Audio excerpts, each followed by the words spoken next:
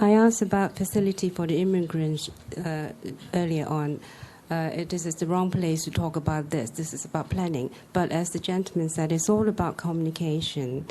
Like the Chinese Community Center, we are crying out for places for the young groups to go.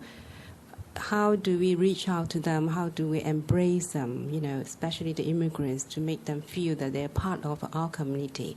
So this is perhaps not for this group, but please pass message on. Thank you.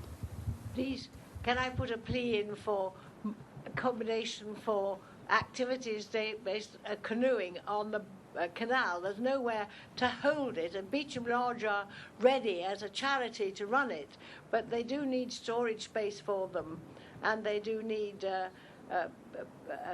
well, anyway, that I think is in hand. They're going to try and get an office space on the water, so that it'll be a water. It is the only water-based charity on the canal in the name of Westminster. Thank you. Just following on from what David said, Seymour Leisure Centre is actually a good example for what we were saying earlier about coordination of information and bringing in the relevant service areas. Seymour Leisure Centre actually has a childcare facility within that, and great though it is, and so to meeting some of the needs of the community, it's actually a Montessori school that will be a high level cost. So we didn't actually know that was going to take place, for example. So it's just about what's being said, coordination of communication, information amongst ourselves, but from the planning when they know that's going to happen, ensuring that we have some part to play in that. So just in the context of question 9, I think it's got to be borne in mind that there's a cost to developers for delivering community facilities on site, and often those can be very good community facilities that serve an identified need. But it's going back to the issue of what do you get for your money.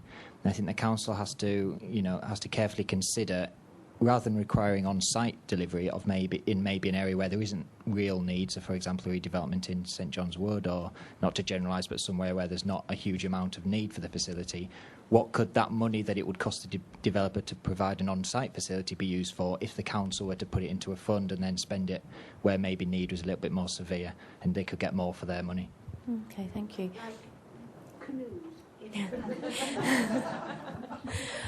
Yeah, that's right.